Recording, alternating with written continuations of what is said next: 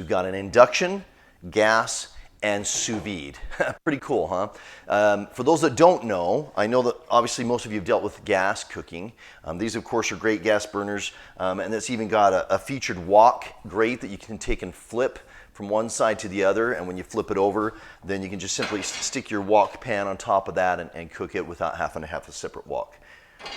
Which is kind of nice, okay? And of course, the temperature and output on this thing can produce the temperature you need to do that, okay? All right, next thing, induction. If you're not familiar with induction, of course, it's pretty popular and common now, but induction uses magnetics. You can put a dollar bill underneath a pan and the dollar bill doesn't burn type of thing. And then it's not usually very hot except for right underneath the pan. So it reduces possibility of burns and so forth. And it's a high-performing fuel, doesn't waste a lot of energy. And then finally, you've got the sous vide. So for those not familiar with sous vide, this sous vide, you lift a lid.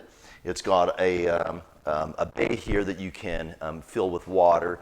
And then when you cook your vegetables, your meat, anything you cook in here, you can cook to the exact temperature, and it can cook there and sit there for a while. So if you're cooking vegetables and you need to cook to say 120 degrees and stay that way, you could go out to go take care of some errands, throw your carrots in here, turn them on 120. It never gets hotter, never gets cooler, stays inside of a bag, and that bag helps to make sure that the temperature stays where you need it to be, so that when you go to eat it, it's just right at the right temperature and you didn't overcook it, okay? So sous vide's a pretty cool way to cook. If you haven't seen that before, you can look it up and see all kinds of great videos about it.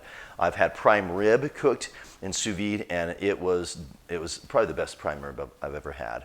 Finally, the last feature I really like about the range tops and the ranges from Signature, which is or SKS, Signature Kitchen Appliances, which is LG's luxury appliances, by the way, if I didn't mention that, is the ability for you to, when you turn on your controllers, you can either actually set a timer with these controllers here. I actually don't have them plugged in. There's a brand new display.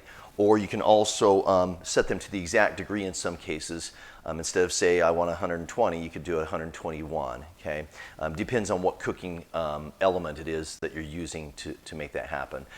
So you're gonna wanna check it out. Contractors, come see us. We specialize in appliances, cabinets, and now closets for contractors.